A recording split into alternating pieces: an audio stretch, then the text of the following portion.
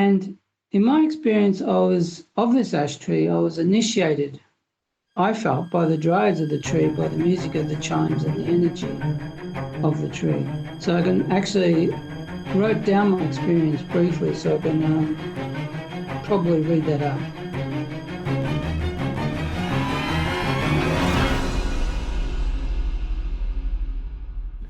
Yes, and many children see them too. About 75% of the world's children today are being born with etheric vision. And when your children talk with people and have daydream playmates, the chances are they are actually speaking to some of these people, because these angels or angelic forces or nature spirits, as they're often called, will often make themselves seen. And all of a sudden I hear him go, whoa, or, something like that. So I look up, and as I look up, I see this thing. And I said, I've never seen a butterfly like you before. I know that the paranormal is real. Listen. As soon as I spoke to it, it turns around and makes eye contact with me. And then it stands upright. And it was at that moment that I saw it was like an orange light appear above this row of trees. And from this sort of orange light, this thing appeared. Its wings were actually like sycamore leaf shaped. And I started talking to them. I'm like, hi, are y'all the dwarves? And I would hear whispers that would say, hi, yeah, you want to play? And it wasn't just my imagination. And I had told them, I'm like, my dwarves, they like beer, And my dad's like, yeah, sure, your dwarves like beer. And they were holding a conversation, and his beer slid upwards instead of downwards, how the house was tilted. And him and my brothers jumped up. So I stopped calling out Adam, and I'm just my mind draws a blank, and I stop behind that tree stump. I'm pretty close to it now because I took a few steps forward, and I see this thing.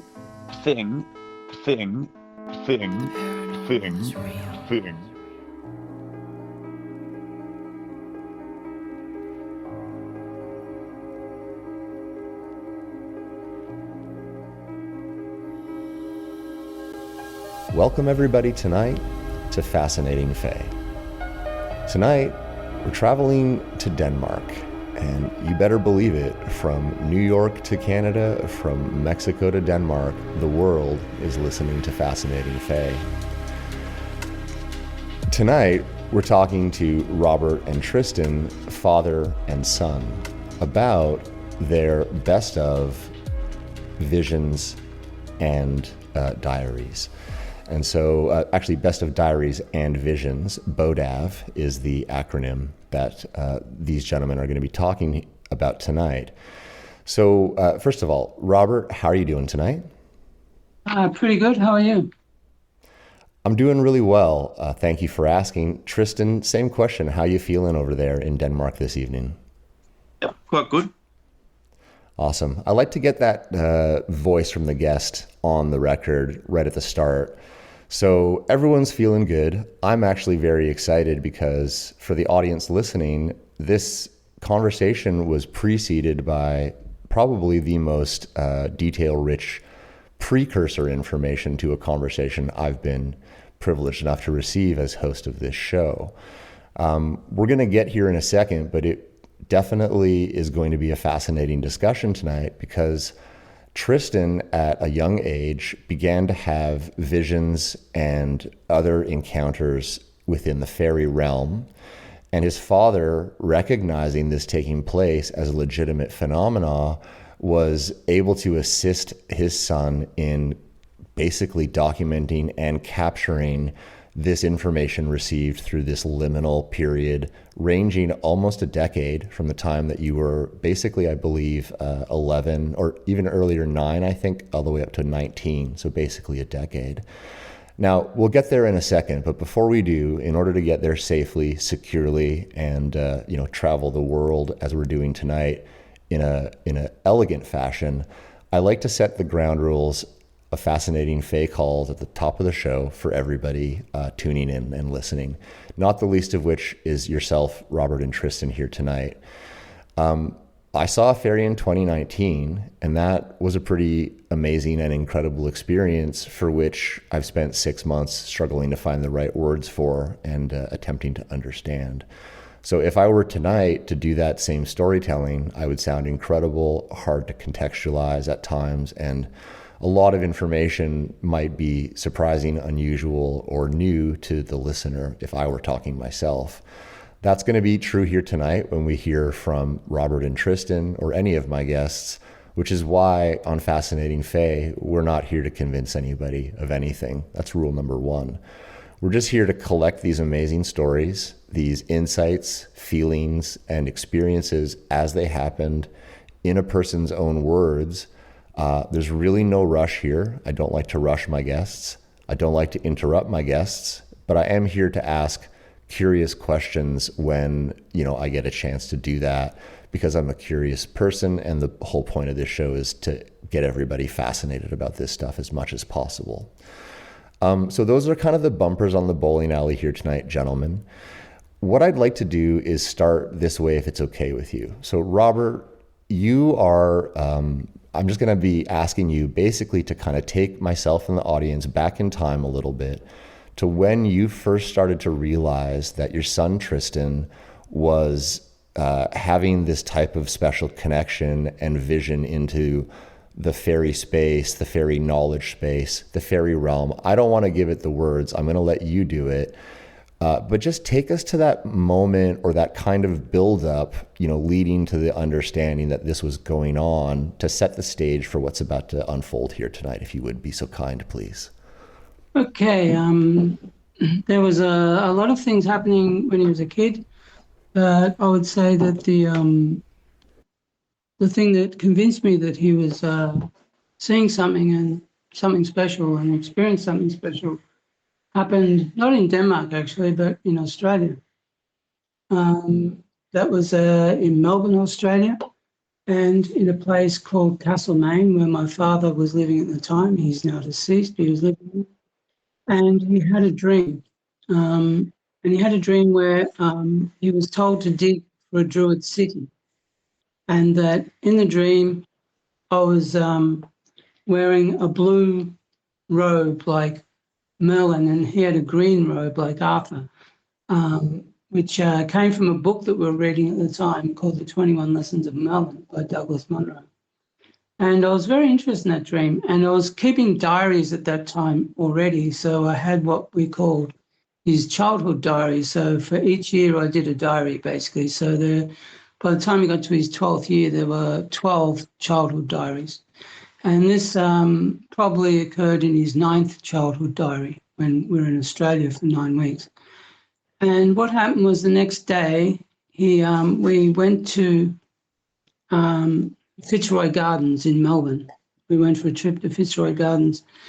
And while we were there, his mum and myself and Tristan, he had this extraordinary experience with a particular tree that he'd found.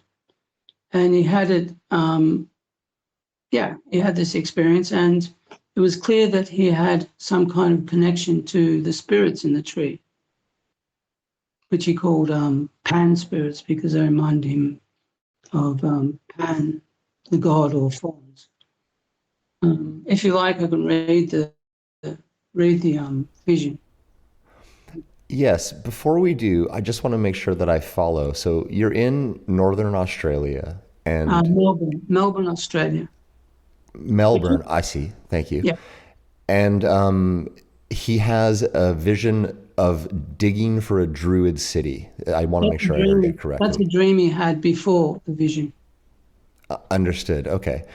And this was related to a book that you guys were reading at the time associated with Merlin the Magician. Is that correct? Yeah. So in the dream, I was connected to Merlin, and he was connected to the young Arthur, the apprentice of Merlin at the time. Okay. And then does that dream relate to the experience with the tree, or was it more to the effect that this dream was profound and made you take notice, and then additionally this experience in the botanical gardens also made you take notice? Yeah, that both made me take notice, because I was extremely interested in the dream. But when he told me that he had seen all these pan spirits, or these fawns, like these nature spirits or elementals, I realized that he had something that opened up in his vision so that he could see these things. Okay. Now, Robert, I'm just going to ask you to pause for a brief second here. Tristan, is this experience with the tree that your father's recounting something that you have memory of yourself? And if so, could you maybe weigh into what was going on in the gardens that day, if you would be so kind? Yes, I have some memory of it. It's many years ago, but I guess it was kind of this experience of seeing this tree and feeling this connection with it. And as I felt that connection with it, everything else kind of began taking on a lot of significance. All the shapes these random shapes in the tree of branches and in the trunk, they began taking on these shapes of like these figures, and which I saw as the spirits of the tree. Likewise, I felt the wind kind of making a whirlwind around me, which felt this connection to the spirits of the air. In the text, there's also says that I heard this bird that I said had some connection with, although I don't remember that part. Thanks for reaching back to one of the earlier memories on display here. I appreciate that. And I think it's useful just because we're going to get deeper into things you have more contextual memory of. But again, what's incredible here is that your father had the foresight, insight, and really, I guess, just presence of mind to help capture this stuff. If you wanted to read the vision now as you have it recorded, Robert, that would be really interesting. And we're not going to do this necessarily for everything as we go, but just to get us started here, this is a great place to kind of start so that the audience has a baseline understanding of what's been done here. So if you would be so kind as to read that vision as you've got it written, that would be really useful. Thank you so much. Yes, you have to remember that Tristan was eight, almost 9 years old when he had this vision. So his description is, in the words of an 8 or 9 year old. So this is it. I went with Mum and Dad to Fitzroy Gardens and found a tree. A tree I kneeled in front of. It was sacred to me. I blessed the tree, and there came a wind whirling around me, and I heard a bird who always sang around me in sacred moments. That bird I always worshipped. It said, Kuru, Kuru. That tree was surely a part of my vision quest. I felt surrounded by the spirit of many pans dancing around me. I felt like I'd become changed and totally spiritual. After this, I realized that I'd had many lifetimes before and had studied such great wisdom that I'm sure this is my last one. My soul in the vision was standing still, but my body was dancing around with all the pan spirits. Druids get hypnotized like this by their spirits. So this is in a very young language. This is a child narrating this to me, and I just wrote down what he said without really adding anything at all. That's a remarkable text, because I was getting quite a lot of goosebumps, which I've come to understand happens when people are recounting real events to me. And one of the things that I have openly speculated on a number of times in this show is a desire to speak with a child who's actively experiencing vision into these realms, or vision of these entities at the very least within their own realm. And it's really interesting because I do think that there's a cyclical nature of time that is part of the Fae discussion. Hearing this vision from a young person, 8 or 9, as it is, like you're saying, basically you didn't add anything at all. You just wrote it down as he said in his young language. is actually extremely sophisticated for an 8 or 9-year-old person when you look at it retrospectively, and contains a lot of themes that are not unfamiliar to this overall discussion. So again, for the audience, that's one of the first ones. This set of visions and diaries that Robert and Tristan have encapsulated runs a decade and gets substantially more sophisticated as we go. So let's ease our way towards that in the following ways. Okay, so Robert, now this is one of the first memories kind of done and out of the way for this discussion. I think the audience has got a pretty good baseline of how this came about now. Thank you both, Tristan and Robert, for getting us there. Let's continue on with Robert here for a moment. So move forward now in time, past just these initial impressions. When do you start to lock into the fact that this is happening regularly, almost daily, it would appear, based on the volume of information here? And were you, so it's a kind of a two-part question. When does this become evident that this is like no longer a doubt in your mind, but really actually you're like starting to support, encourage, and lock into this along with Tristan? And then what is the environment in your home like beforehand overall that produces this? Are you a spiritual person? Do you have spirituality in the home?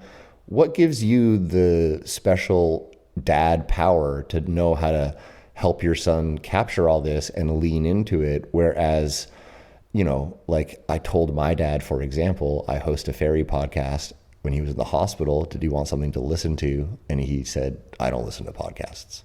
Which, contrast that to you, dad of the year over here for the fairy fam that is going to wonder about this stuff. So my two-part question again, it's sort of like, when did you start to realize this is not just interesting, but really happening?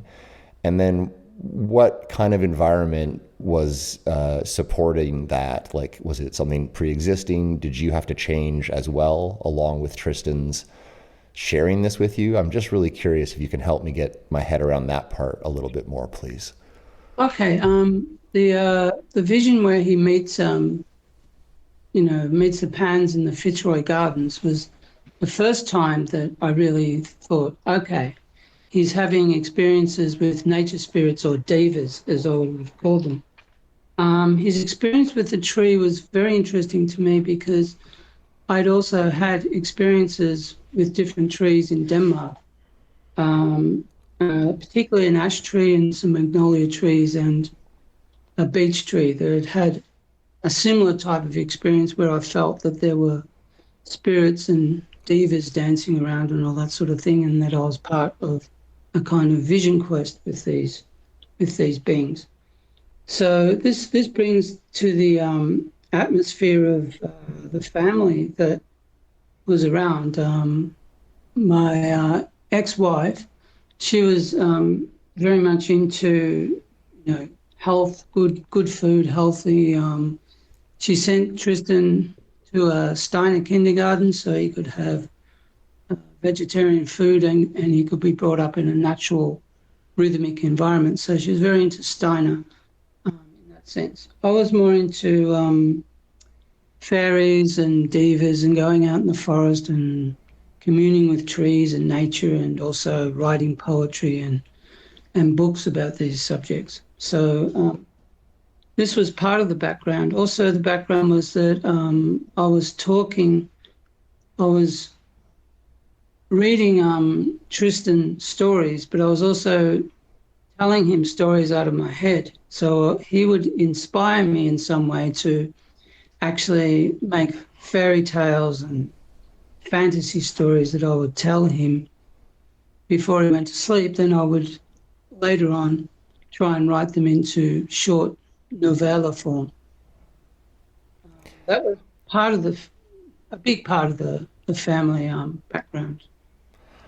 Okay, that's really useful. And I mean, I think an extreme good fortune for you, Tristan, maybe not good fortune so much as fate, that you've come through as a child to Robert and ended up subsequently having these incredible experiences. Because I do feel, I mean, this is me speculating with no scientific backing at all. I do feel that in certain family situations, quote unquote, bloodlines, there can be certain skill sets of the ethereal that run, and properly encouraged and almost intentionally attempted to be continued can become quite powerful. It's weird because when you start to look back into like the concept of sacred bloodlines, it does run throughout all sorts of mythology and alternative history perspectives, and even traditional history perspectives. When you look at like, you know, the king and queen lineages of many, many nations and their back histories. So I wonder sometimes, like after talking with Ren from My Kentucky Kin Kidnapping, he does mention that he had a vision experience in which his fairy DNA, which was latent, was activated in some type of process. He also offline describes to me that he had implantations of fairy wings that were somewhat like representational, but also somewhat technological, activated in the same process, so that although he is a walking normal human around, he has had his fairy DNA and fairy wings, quote unquote, activated. And so that is something he ties back to like a type of bloodline experience, but it's, in his case, totally contrasting to his family, which is a normal Midwestern household with the TV on and everyone's eating Pop-Tarts and craft dinner. And so I do think that like there's no mutual exclusivity necessarily in this fairy debate. You can have an experience no matter who you are, but the degree of experience on display just immediately when you sort of reached out to me, Robert, right, was like, well, this is a lot more than other people. This is different level, degree of sophistication and than just, for example, like an Ezra who saw something one time when he was 16, when he was making out with his girlfriend on a beach in New Zealand. So I just wanted to kind of ask that question because I did want the audience to understand contextually that this isn't just popping out of thin air. I think there's actually quite a lot of fairy energy going on with you, Robert, Tristan as well. I mean, having absorbed and devoured greedily all this stuff that you guys have shared. And I did post it on my Facebook, and quite a few of my listeners have been eagerly asking me about when this interview is going to come out already, even though I just put that out last night. So, you know, there's a lot of interest here, and it has to start with that kind of baseline. Now, Tristan, on the same vein, what was it like growing up in that house, and how did it feel knowing that your dad took this stuff seriously? I'm really curious about that. If you can help me understand that, that's a really powerful experience to have as a young man. What was that like for you? The experience with the pants, or the feeling of growing up in this environment? The feeling of growing up in the environment is my question at the moment. Yeah. Good. Well, I guess it felt, natural. That was just the way our family was. In a lot of ways, I guess it also made me feel that we were a bit special. Because we weren't boring like a lot of other families. It was like something extra that we had, a connection to something more. And I think I also, in a lot of ways, considered it my legacy. I remember when I was a child, also, my dad had this book about the Golden Dawn. Which, of course, when I was a child, it looked like this really, really advanced occult piece of knowledge, and I always felt like one day I'll become old and clever enough to maybe understand what's going on there, like my dad did when he looked at his tarot cards in the little back room that we had in the flat. That's really cool that you have that environment and you can reflect it back in memory and here today together. I love that you're father and son and that you share this connection around this subject material.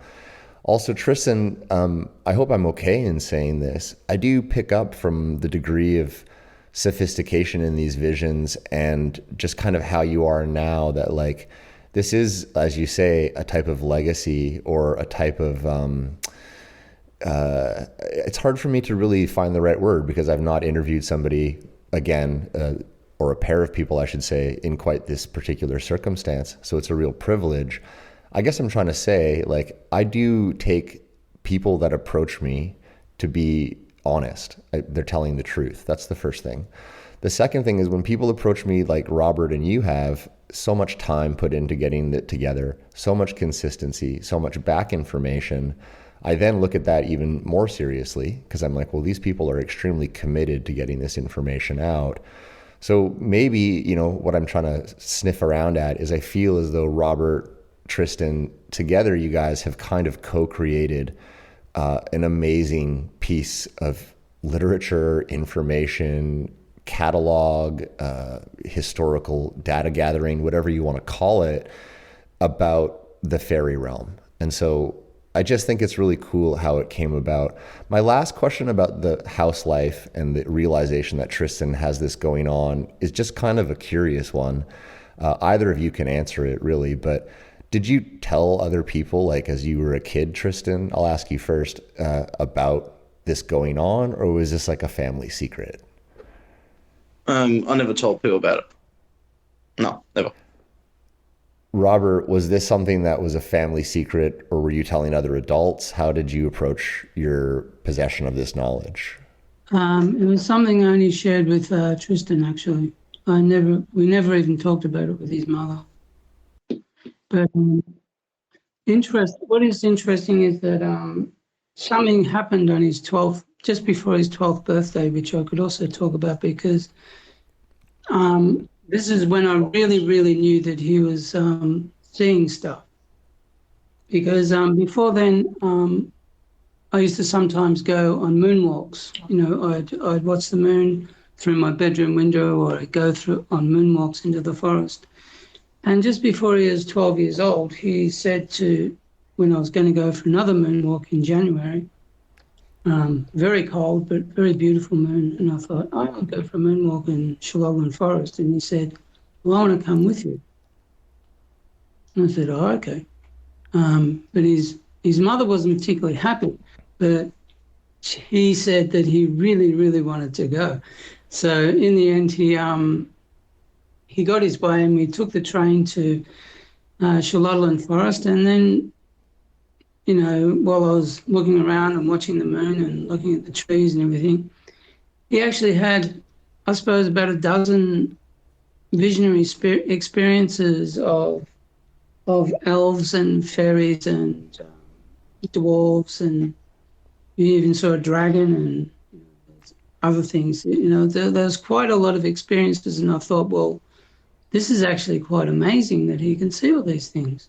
So it was from that point on that I knew that he had crossed the Rubicon, as it were, in regard to seeing stuff. And from that point on, he also saw a lot more things than he did before he was almost 12.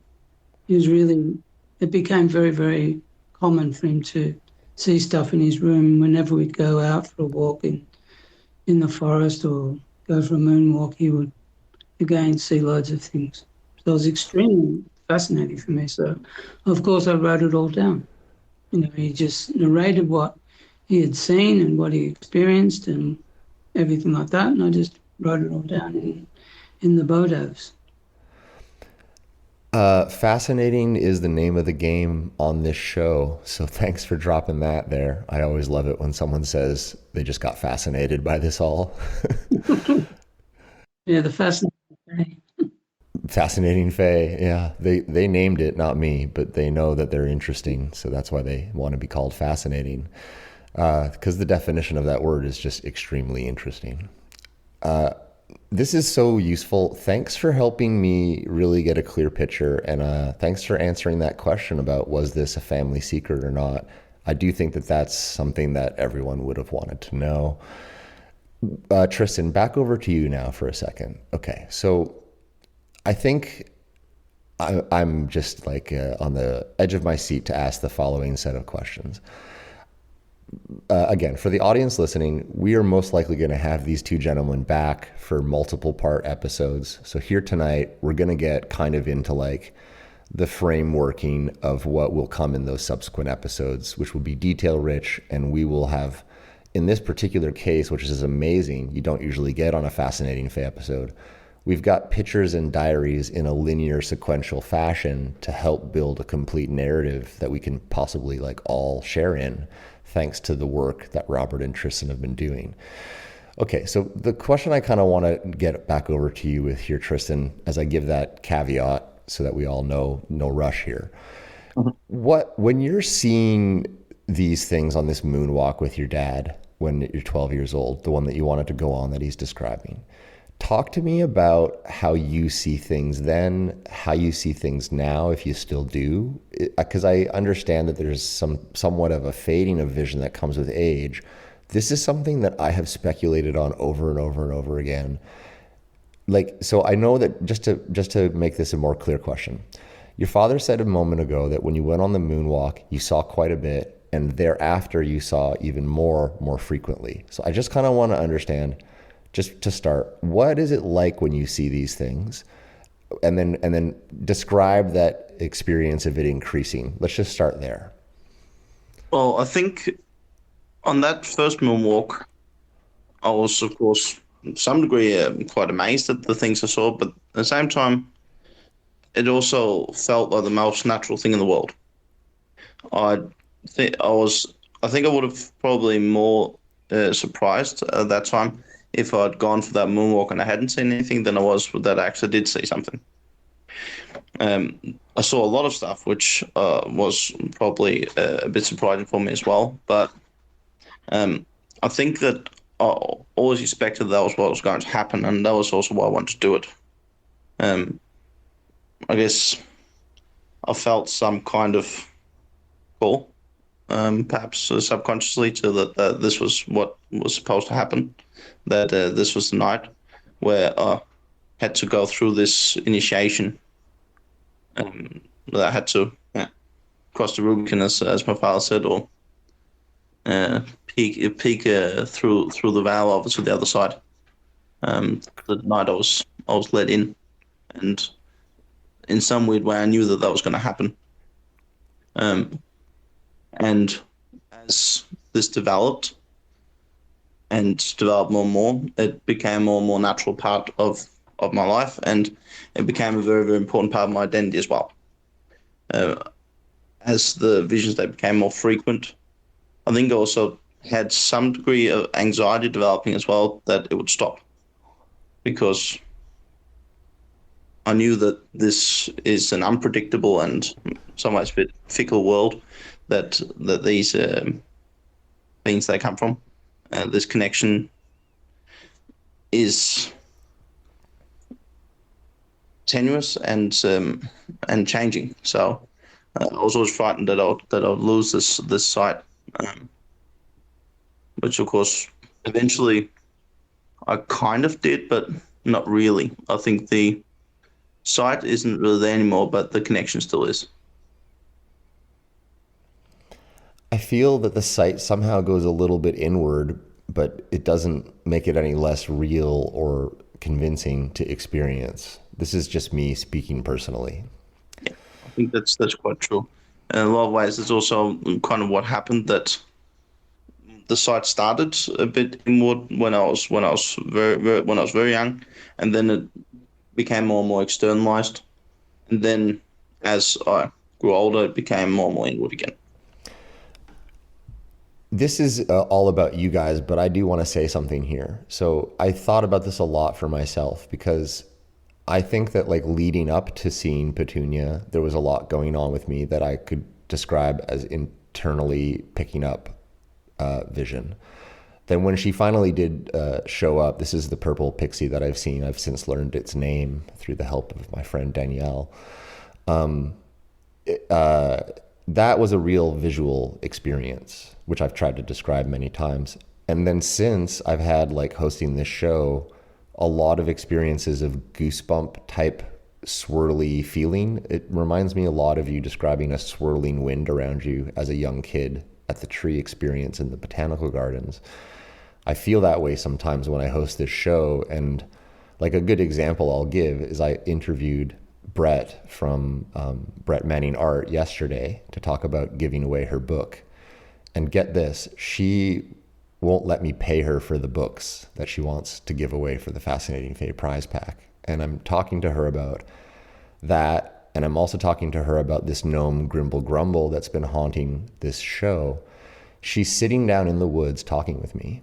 And I basically get to the point where I say, like, yeah, Brett won't let me pay for these books. She's really awesome. She's just going to give them to me and to the family here of Fascinating Fae. And she jumps up and she's like, oh my God, James. I'm like, what? Are you okay? She had just briefly turned around and right behind her was a clean raccoon skull that had been placed behind her. And she's a bone collector and a macabre fairy artist.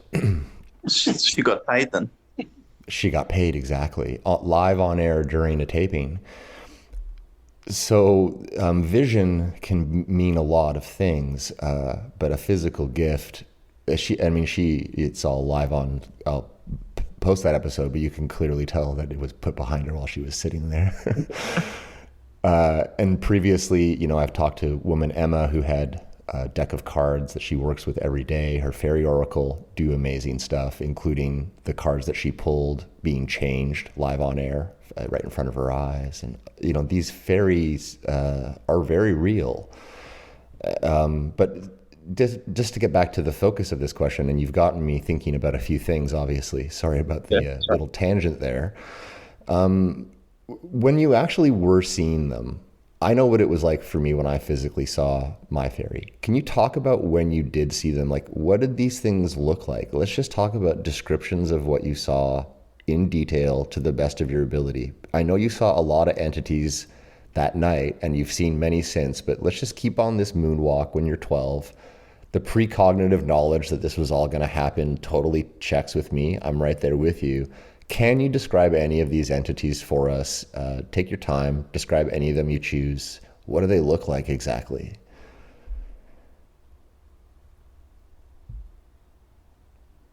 Well, they look very, very different from each other. Some of them were very, very clear, and some of them were more vague. Some of them had like shiny, whilst others were shadowy. Some were big, some were small. I guess if I remember, as I walked towards the forest, I started off seeing like this boy walking in the I was on the footpath at this point, and I saw like this boy walking in the forest like next to me, and he looked a lot like a normal boy, except that he had this like golden shine about him. After that, we got to like there's this road that goes through the forest, which you have to cross to get to the main forest, and we had to do that. As I did that on the other side of the road, I could see this small woman like thing. She looked like the way you would usually imagine a hag from like a fairy tale. She was a bit grotesque looking at this tattered clothes, and she was like grinning, waving her arms like in some kind of don't know if it's like a dance, but something akin to it. And as we got close, she kind of dissolved into glitter. Went further in, I saw quite large, called an elf at the time, which I think is probably a fine description. I didn't see that well because she was lying behind a tree. And after that, I saw these dwarves, which were very clear because they had like these suits in different colors on, with these top hats, and some of them had, and they all had beards, and one of them had a walking stick, and one was sitting on top of like a trunk from a dead tree. And of course they were there quite clearly, and when I got close, they kind of vanished, sometimes into the trees or sometimes into the ground. I've heard many people describe them going into the ground as well. This is really interesting and fascinating, and I really appreciate you taking the time to describe the wide variety of entities that you're seeing. What's fascinating, maybe more than anything, in that brief description of 4 or 5 entities that we just were treated to, is that more or less every single one of them has come up in a Fascinating Fae episode independently. It's fascinating. And you've gotten to see them all at once at 12 years old, which again, I hypothesize on this show quite without any expertise, because I'm just a guy who saw a fairy one time, but I do hypothesize that we live in kind of an interdimensional soup, fully surrounded by yet to be taxonomically classified energy animals of every type, shape, size, imaginable manifestation, and more. And so you're just confirming my speculations from a vision standpoint. So Tristan, thanks for again recounting all of this variance in the interdimensional entities that you were having vision of on this moonwalk with your dad at 12. I've had a chance during our quick break to think about everything that I've been told so far, and I'm starting to really feel it. I'm starting to really feel the narrative of the household environment, the kind of touch points that especially stand out to me are how you mentioned that this was, and very much still is, a part of your identity. This leads me to a question I wanted to ask before we go any further with talking about the specific best of Diaries and Visions framework that I was presented with, which I've gone through just before hopping back on here, and confirmed does appear to be linear and sequential in time, the way that's been delivered. So thanks again for doing that as well, Robert and Tristan. Yeah, logical way. It's good, yeah. I mean, it's very sophisticated in all of its presentation, not the least of which is this conversation so far. So thank you for that. I've really appreciated everything that you guys have told me so far. Here's my question. It might sound like a weird one, but you know, again, I only ask questions on Fascinating Fae out of my own curiosity. There's no gotcha moments here. There's never any thing like that. So don't ever feel weird about questions that might sound weird.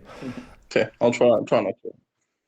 Listening to you talk, Tristan, and looking at these documents with almost a fresh set of eyes now that I've finally heard both of your voices, because honestly, one of the great things about this show is that voice does do a lot more of the heavy lifting with regards to truth than just reading something or looking at something on the written page. Do you feel now, I'm asking you this as an adult, but do you feel that perhaps this is not your first lifetime here on Earth? Well, again, in those days, I would definitely say yes. I think now it's hard to say. I think the whole idea of reincarnation makes sense in a lot of ways. And I guess I do. I've always been very interested in history and stuff, so I do feel some kind of affinity with the previous times, and so yeah, probably it's probably not my first lifetime on Earth, but of course I don't know. That's a really fair answer, and I appreciate honest answers. The reason I ask is because I guess like a quote unquote normal 9, 10, 12-year-old experiencing this stuff would not necessarily deal with it in such a sophisticated and ready way. And you do seem like an old soul on some level. And I do think that this is just me, again, going with what I think and feel. The type of visions you've had are not something that happens on your first spin around the merry-go-round. But that's just me. Robert, I kind of want to ask the same question. Raising Tristan, what was it like? Was he a normal kid, or did you feel that he had an old soul? I'm just curious. Yeah, I would say that I felt like he was an old soul, because sometimes he'd come up with with statements that I think, wow, where did that come from? I remember I was saying once I said to him, I was just in the kitchen talking to my ex, and I said, "This is not a dream; it's reality." And he said something to the effect that I've sometimes mistaken a dream for reality, but I've never mistaken reality for a dream. And I think it was about 5 or something. He said Profound. Weird thing to say. that's a weird thing for a little kid to say. You know, none of us really know for sure about any of this stuff, which is part of the beauty of the curiosity. I do want to say, you know, for the record, I am struck by the beauty of your home environment. I just think, wow, like what a cool dad you are, Robert, to recognize that this is going on and to support it. And Tristan, what a lucky dude you are to have a dad like that and for all this to unfold the way that it has, not the least of which is because of that support and that kind of, because most people, not just dads, not just moms, most people are going to shut down their children from saying this is going on with me. They're going to say to their kids, listen, you are going to end up in the insane asylum. You got to get on the baseball team and go chase girls and get a good job. Shut all this shit down. You know, I'm going to send you off to military school if you don't stop playing make-believe. That's what a lot of people are going to encounter if and when they were to come forward with saying to their dad, hey, this is what's going on with me. So you both deserve like an acknowledgement of cultivating something special. I just want to say it again. It strikes me and I just can't get it out of my head. I'm like, wow, that's pretty cool. And maybe someone's listening who's got a kid who's like always believed in fairies themselves, and that's why they're listening. And like their kid is starting to like have things happen that remind them of the memories they're afraid to come on the show to tell me about from their own childhood. And they're going to listen to the two of you. They might honestly be totally inspired to both feel more secure about their own memories and to look to their children's experiences currently with fresh light and support them. So you guys are doing a huge service by being here. And thanks for letting me ask if you personally felt like an old soul and, you know, kind of what you thought about that same question, Robert. Okay, let's talk now about an overall understanding framework before we go any further, because there's about, I think, 11 or 12 selected best ofs that have been curated in your BODAVs. We could start, with the gnomes and the hematite on the rock and stuff like that. But before we get there, I think it's useful to kind of, again, say, for the audience listening, I'm just paraphrasing for the two of you here, this is about a 10-year span of information collection. I really do think, this is what I take away from what I've read and experienced, that you've not only sort of been there in both like a vision sense, but possibly you've actually been to this fairy realm because it is kind of here, it's overlapping here. So to say you've been there is almost to say like you've just been on Earth, but you get the idea. And so can you, with the benefit of all 10 years packed into this question, outline what you, in your personal opinion, Tristan, as the experiencer, what is your explanation of the overall landscape, environment, and logic of all of this? Like, what is going on that you're about to tell us all about? Like, where are these experiences coming from? How does it work? What's the kind of span of it? I know I'm asking a bunch of the same thing, but just take us into like an overview is the easiest way I could ask, please. Well, when I've been analysing these things recently, over the last couple of years, I've looked at the BODAVs again and tried to make sense of some of these experiences, and I've usually done it in three different ways.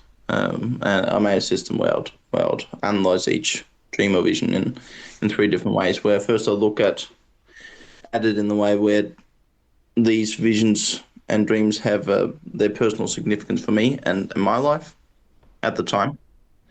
And then after that, I would look at it in the way that they were connected to like the mythology of the world, or especially of the area or the landscape in the area, known folklore. And then lastly, I'll look at it as what I call archetypal, like as symbols. And of course, I think in a lot of ways, all three ways of looking at it are true, because these beings do seem to be in their own world and have their own life. But at the same time, the forms they take and the way they appear is intimately linked to something which is within us, and also something which seems to be beyond us, like this archetypal collective world of symbols. Exactly why that is hard to say. Either it's because that they are trying to communicate something to us with the forms they take, or something about their properties make us see them in these ways, because their actual form is probably really incomprehensible for like the senses that we have, which are mainly made to view this world in this our three-dimensional space that we usually survive in. So they have to take a form which kind of conforms a bit to that. But maybe there's more beyond that. That really answered my question. That was great. Thanks. That's what I was trying to figure out from you, because I have my own musings that are pretty similar. Yeah. I do resonate very much, Tristan, with this idea that they have their own lives, but that there's something intimately about them that's tied to us. Mm. And I've wondered, do we kind of like fuel them on some level from our better like if love is a intangible feeling, it does produce a certain resonance. Yeah. And is, like, for example, the resonance of love what these things originate out of, or when you say they're deeply tied to us but yet they have their own lives, that's part of their paradox. Yeah. I agree with that. Yeah, but there's and this is of course traditionally that's always been a thing, that you've made offerings or sacrifices to these beings as a way to partly gain their favor, but also in a way to empower them. I would go so far as to say that the Grimble Grumble experience is one in which he's getting stronger the more everyone recognizes his presence, and then that is why he's like now able to no problem drop off a cat skull right behind someone's back, or a raccoon skull right behind someone's back while we're talking. Yeah. Which is funny to first of all, that's a really interesting subcontext point right there. They get stronger as you give them acknowledgement, which is actually, I mean, I agree with that. Again, I only saw Fairy in 2019 and I don't know this stuff at all, but for whatever reason, I agree with that because I'm seeing it happen with Grimble Grumble in particular and this show. I would go so far as to add this to that particular point. Not only does acknowledgement make him stronger, but they're very intelligent, these entities. And so the part of them that is independent is brilliant. And the part of them that's tied to you, as you're saying, gives them a type of, they appear to have a type of deep insight into you paired with their brilliance that then produces these incredible outcomes. Like I said, Brett's a macabre fairy artist who collects skulls. Yes. And you nailed it when you said she got paid for her books. But when you really deconstruct that, an interdimensional entity that first started off in a Ring camera footage in a UK garden has now transcended time and space, traveled the globe, knew my heart, knew Brett's heart, knew we were talking, knew she was giving away the books, was listening to all this, and then gave both of us an incredible gift. Her the skull, you could hear it in her voice, the thrill at turning around and finding it right at her back. I'll have to go listen to that one at some point. It hasn't been published yet. And then he gives me the gift as well of incredible audio. Yeah. And so, but preceding that, I had to go through more than 1 hour of totally confusing audio interface problems trying to start the call. And it was like this. This is the part where they're brilliant and they know your heart and they have foreshadowing, and everything you're saying there in your synopsis and analysis is reflected in this string of events. It's like he makes me suffer through an hour, and I'm literally saying, I'm not going to say his name. I'm not going to say his fucking name. I'm tired of talking about this goddamn gnome. He's in 11 straight episodes. Why won't he shut up? But the more you talk about him, the stronger he gets. So his influence over me, my guests, and his ability to then execute all this funky stuff I'm talking about grows. So you can't get away from it. It's like a feedback loop. And I finally say his name in the episode, and that's the moment that the fucking skull appears. And so, you know, it's they really do have a type of poeticness to them that is unmistakable when you're finally in acknowledgement of their presence for real, and you do away with the doubt. You then see it on full display is kind of how it goes. This is why I speculate that do we feel them by our belief, by our heart? They're alive and they're independent, but do they only achieve that aliveness and independence through some sort of hitchhiking on our something about our souls? I don't know, but it's totally interlinked. I know that much for sure. It is. And I guess there's also something that we achieve by hitchhiking on them. But that one's a bit more complicated. You think it goes both ways, do you? Yeah, I think so. I kind of feel that that's true too, and makes me wonder quite a lot about what we are, in fact, what our true nature is. Which is why I think it's so remarkable, Robert, that like in your own speculative journey as a human adult man, having a son, that's a unique experience for anyone to go through, like having a son. And then to kind of see your own journey reflected back through Tristan's must be really thrilling in a way. It's pretty cool. Same kind of question, like you've had your own fairy experience as well. So I kind of want to know what you think the architecture of this whole environment is. Tristan did a really good job there and got me on a lot of thought trains, but you deserve to answer this question as well.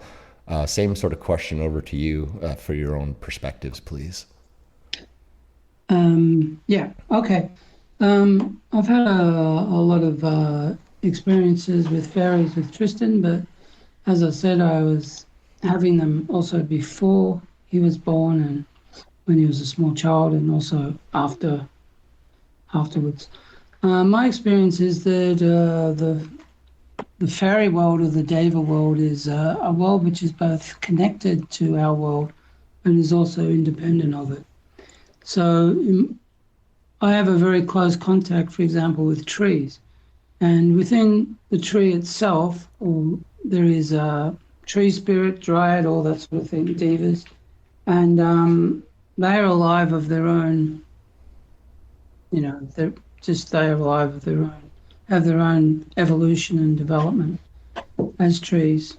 But when humans come in contact with them, there is a kind of transformation that takes place between both the tree spirit and the human being. So there is, tree has a soul, the human has a soul, but they are evolving in a different way. But when they come in contact, then there's a third thing that seems to be born from them, which I have experienced. So I would say that this was what Yeats would call the great memory of nature. That they have. They have something that is connected to the anima mundi, or the world soul. And we have, as human beings, we have something that I think is more connected to what Jung would call the collective unconscious, the world of the archetypes. And when our world of archetypes and the collective unconscious comes into their world, or the world of the world soul, then it's a very interesting chemistry. Yeah, that's a really awesome answer too.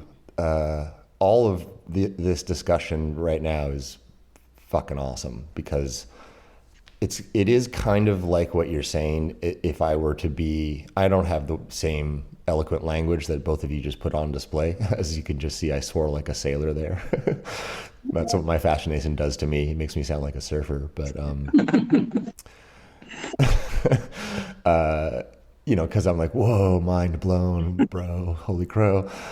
But yeah, just to kind of feedback what I think I'm hearing from both of you and to agree. When I saw my fairy, it was like deeply tied to how I was doing in that moment, and has since throughout the, if you could allow me, you know, the narrative flow of this show revealed itself to have been a very profound experience, not just for me that day, but then for many, many other people, actually. And so the fairy has kind of continued to show itself to everyone, and and permitted this entire show to exist, not the least of which is this conversation here tonight.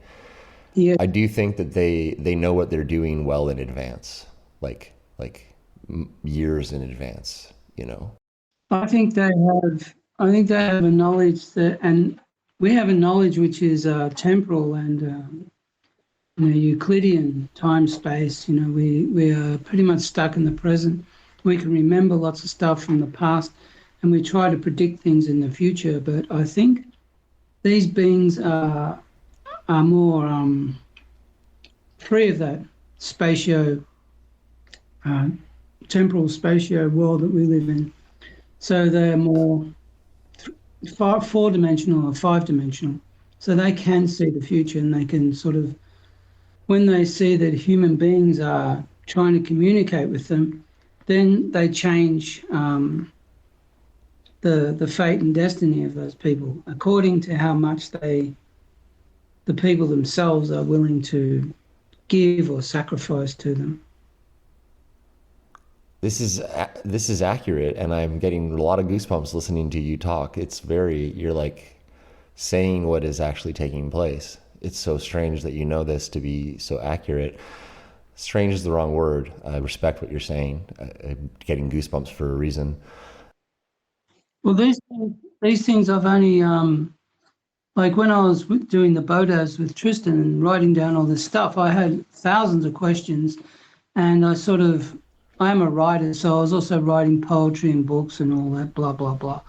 But what happened is when the Corona crisis came in 2020, you know, it forced me and Tristan to go back to those Bodos and find out what the hell really were they about.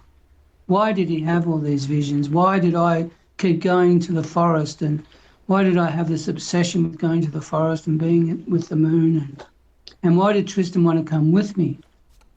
And so, well, because you go to the forest in the full moon, you know, like there's no one there. We're the only ones there. No one was there but us and the fairies. So, so there was this thing. Why were we doing it? So at some point, I decided that I would go back into the forest again, like I did with Tristan. And only this time I really wanted to go deeper and find as many answers to these questions as I could. So that was quite an experience to do that. And I've been doing that for about 3.5 years. Your accurate language around their positioning in, as you say, fourth or fifth dimension, I often say, do they have observer status over time? That's my layman's terms. Yeah. Because my experience in conducting this show has, I sometimes self-deprecate too much. I'm a pretty smart guy at the end of the day, and I like to think that I'm paying attention when I do these episodes, and I'm also trying to think I'm paying attention to like the fact that this is all I sometimes am brushing my teeth, looking in the mirror, and I'm like, I host a fucking fairy podcast. Like, what has happened to me?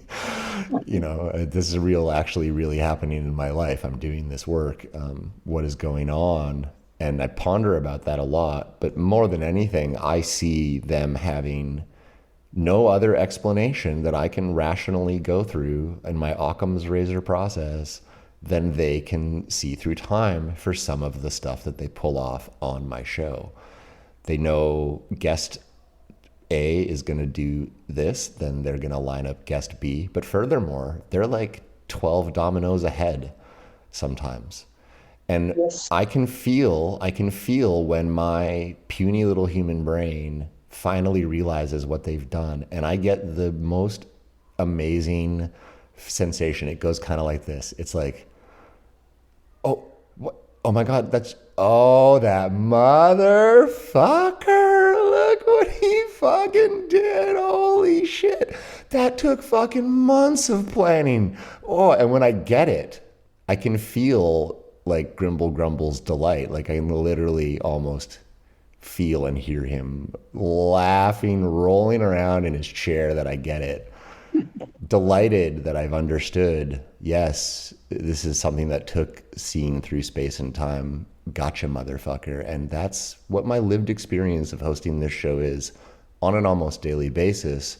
So to hear you say it back in such an eloquent way that that's what they're doing is very relaxing for me.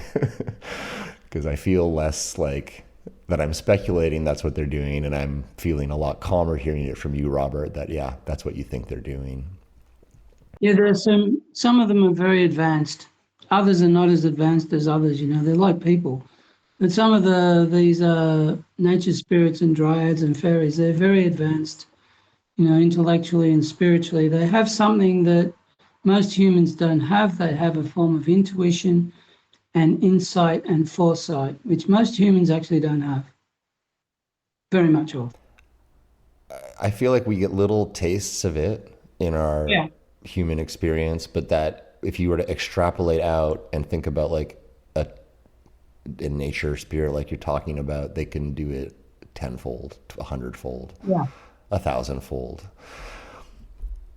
This is all super useful, as now I feel like everything that we're about to talk about with these sets of memories is really fully qualified to the audience. I couldn't have possibly just dove in and gotten into your stories and visions as they exist on the page.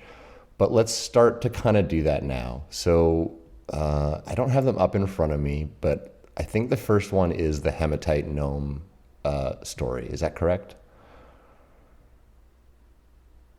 Yes. It's at least it is one of them. I don't know how you did the order with the It's in book 5. best of, because it's one of the last ones. The span is chronological. I'll tell you what, rather than me trying to do a poor job of summarizing what you guys have done a great job of, let's just let you take us through them as they appear, because what's great here is this is a Facebook link and can be referred back to in the show notes to be followed along with. So let's just go as they appear on that structure. Talk to me about your first vision, Tristan, as it appears there, and we'll kind of go back and forth. I'll ask some questions to Robert, perhaps, but you know, you're the possessor of these memories, so I'd like to hear them as they kind of are recalled by you, and then maybe Robert, you can read what's been written down if you feel is necessary to fill in anything. Yeah. So they're also different. Two different visions. The wizard pulling me out of my body and the hematite stone. Hematite stone was something that happened a few times. This is one of the later visions. In this period, in the last book, these visions, they in a lot of ways became a bit less fantastical. But I had some further a different kind of faculties, I guess, because when I worked with different stones a lot in that period, and one of the stones that I worked with was hematite, because it was a stone that I'd read was supposed to be able to give me some degree of strength, so help me get more mental strength. And some of the visions of this period have become a bit dark, so I guess I felt that I needed that. So I could see my own aura around my hand at this point, but I could also see all these gnomes coming out of the hematite. These small little gnomes, and then some of them they would kind of get stuck onto what was my own aura and be absorbed into it. Which gave me this kind of hypothesis that on this next dimension, what was which things were personal and which things were unpersonal became kind of switched. So on that dimension, we as humans who, like in this physical world, are quite personal. We become more just transpersonal or unpersonal because this aura is not something where the personality could shine as much through. Whilst with these rocks, who are pretty don't have much personality as these stones, but the spirits that inhabit them do have personality. They do have a form, and this they can kind of be absorbed into our form, our energy field, and that's why you can do magic with like rocks or trees, because there is this resonance on this higher level. Okay. Can I say this back to you how I think I understand it? Yes. Is that okay? Yeah, cool. I think I do understand it, actually, and I want to make sure that I understand it. And also, I just want to do this for the audience listening as much as anything. So here, we're very personal. I got it. We feel like I'm an individual, you're an individual. Yeah.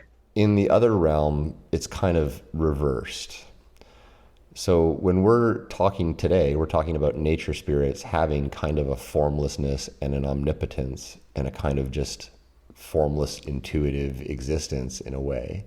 So if we were to flip the script, so to speak, we might experience that feeling on the other side. I get it. And so the things that we perceive as physical here on the other side are in that type of formlessness, but over here they actually do have a type of transferable because I think I get it. Like when you're saying that the stones, the hematite stone itself is possessive of these types of gnomes, it suggests that the stone is kind of gnomes in a way, and that the power derived from holding that particular stone might be because one stone is quote unquote gnomes, another stone is like, I don't know for sure, but elves, I'm just paraphrasing. Another stone is pixies. And so when you're holding them, you're not just picking up kind of a resonant vibration of the stone, you're actually picking up some of that entity shed almost. Yeah. That's kind of what it sounds like. Basically. And also, of course, on the other realm, this that means that it also has some kind of intelligence on the other realm. These stones, which don't have it here because they, as far as we know, they don't have any kind of brain or anything like that. But on the other realm, they are these gnomes, so they have a personality and intelligence, and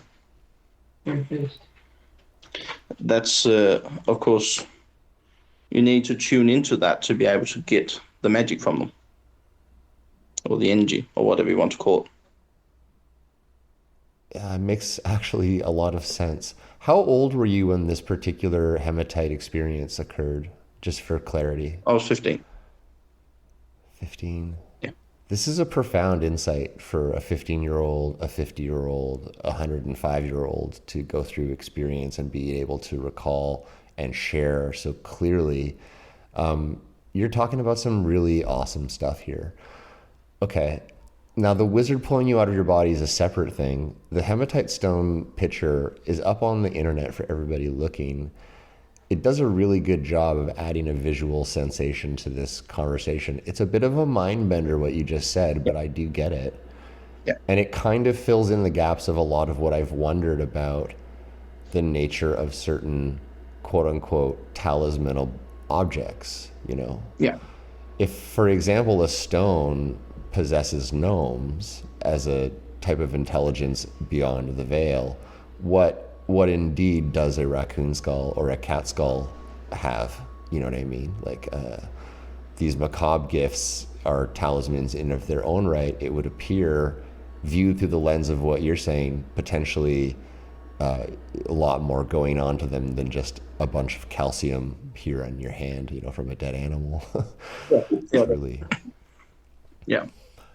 Okay. I'm going to move on through these as they're presented. So this is the first one. The next one it's the vision of divas over Sweden. I can't say that. Is it Oresund, overlooking Oresund? The sound in English, Öresund. This is the one. Also a bit later than the than this vision with the hematite and the Gnomes wizard. And I think in this period, a lot of my experiences were getting also a lot more spiritual in the way that they began dealing a lot with angels as well, not just fairies. And this was kind of one of these visions which was quite large, because if you go to the sound around the place where I grew up, you can see right over to the other side of the sea there is Scania, which is the southernmost part of Sweden. So the eastern part of Denmark and the southernmost part of Sweden, you can kind of see over there. And obviously, this is a popular place for people to go swimming, which me and my father often did as well, because we live nearby. So we did that, and right here I could then see this very transparent figure of this robed being with these big wings and this halo, and then carrying this child in its arms, which it then drops and falls onto the land of in Sweden. When you're having these visions, you're awake in these places when they're occurring, correct? Yeah. Yes. Is the experience disassociative in the sense that you feel that you've been transported, or are you seeing more of an overlay over what's going on? Usually it's more of an overlay that I'll see of what's going on. I think in this period, within the last boat ever, it began being more like this than those I was transported. That's in the vision of the wizard that we didn't talk about before. That was a vision where I felt that I had, where it was like an out of body experience. Yeah, they can vary from what I've heard from various guests.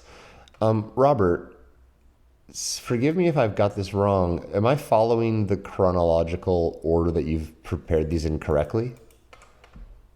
Or should I be starting at the back? This is Bodav 5, so this is when... I'm just in 5. That's right. Yeah, I see what I did wrong. There's so many. Like I said, there's so many. Okay. Number 1 is when he's small. Number 2 when he's about 12, 13. And then number 5 is when he's 15 to 17. Yeah. Let's just again. So I want to, because there's literally volumes of Bodavs. To go through them each one by one is too much for any one podcast, probably, right? Even if I had you back a second, third, and fourth time. So why don't we do this? I'll do some editing here. We had lots of good discussion before we jumped over to Bodav talk. So we can salvage what we talked about earlier, no problem. There's lots of great talk there.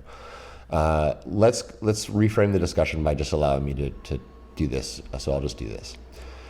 Okay, so now that we've got a really good qualification for the both of you, having talked about all that perspective, the overarching perspectives that each of the three of us have had a chance to share, let's dive into these Bodavs a little bit more. I mean, I know there's multiple volumes here. They range from when you're fairly young to basically when you're a teenager. Out of curiosity, Tristan, how old are you now, may I ask? I'm 29.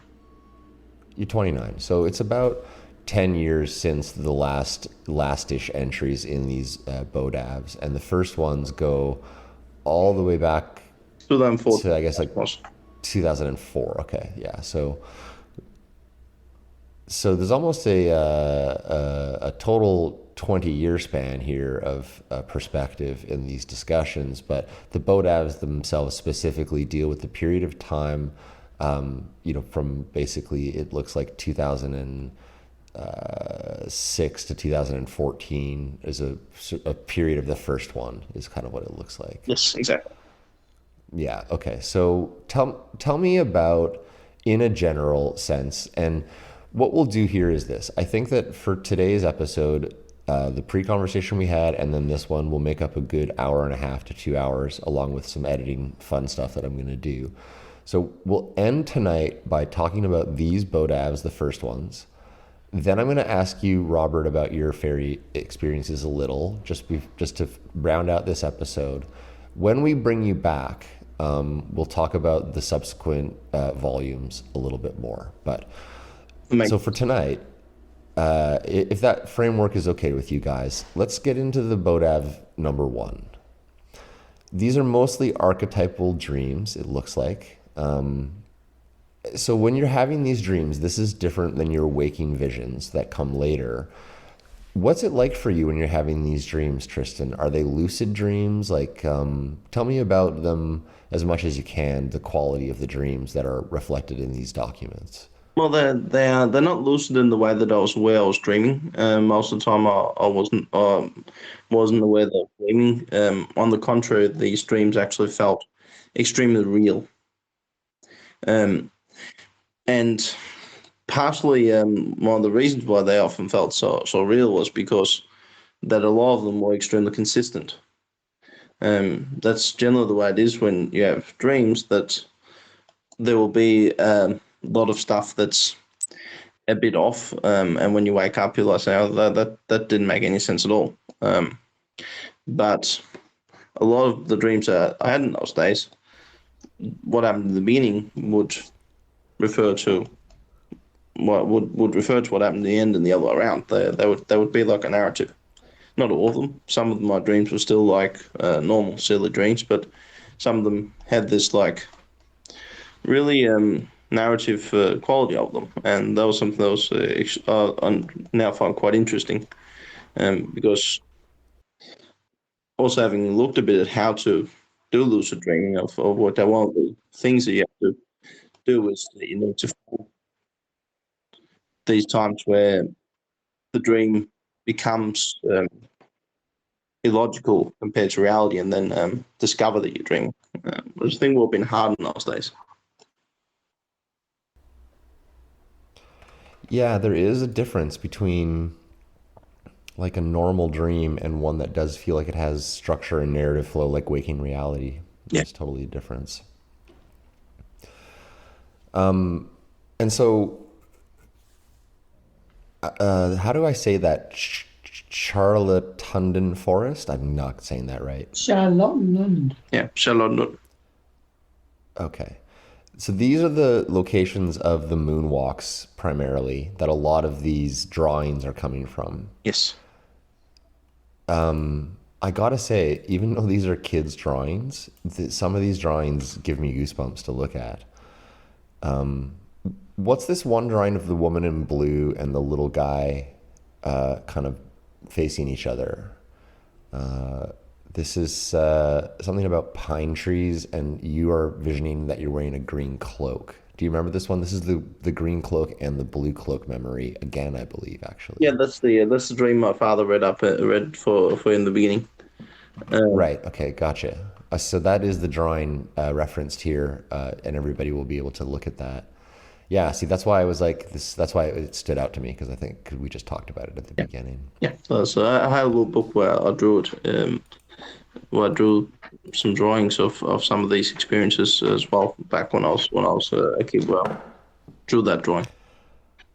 The drawing of the fairy you spotted in the garden when you were age 6 is also remarkably like what I saw. It's like, it reminds me like of what I saw so much. Isn't that interesting that like a 6-year-old in Australia is drawing something that reminds me of what I saw in British Columbia, Canada? This one's from Denmark, actually. Oh, from Denmark even? Oh, yeah, wow. Denmark. So over the course of 10 years, the Bodavs are created and exist. And again, like, I think there's a tendency or a desire when it comes to, oh, I've got pictures, oh, I've got written words, to just make the episodes about that. But what's beautiful about that material is it does exist and stand alone. In order to properly be digested, though, it needs some context. And so what we've done here tonight is really establish great context for the audience to dig into that material. What's going to be good is that when I bring you back, both of you, both myself and the audience will have had time to now get up to speed on a lot of this material. Then when we bring you back for some interpretive discussion fueled by the insights on display in this material, it'll be a bit more of a meaningful and complete discussion rather than one in which we're trying to, you know, get all of this information and all of these characters out in one episode. Yeah. But what's clear to me is this, is that you have cataloged the existence of multiple entities that have shown up on this show. It's clear when I look through this catalog of imagery and the small snippets of stories associated with them that your father has helped record and then, you know, put into order here. It kind of looks like a menu of Fascinating Fae episodes a little bit. That's cool. It is cool because it kind of means that all of this is a consistency, not just your dreams, not just your own individual experiences.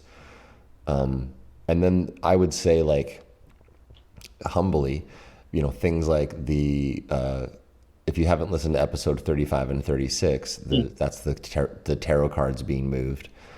The upcoming episode I refer to with the cat skull is also incredible. There's a few times that the speculation in the show has been made manifest in experiences caught in the show.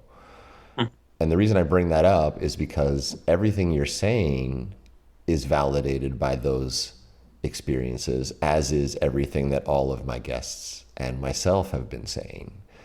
A lot of what we're saying is true.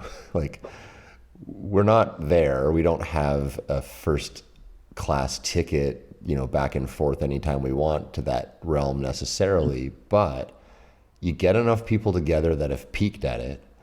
You know, you get enough people like yourself, especially, who've really had continuous contact.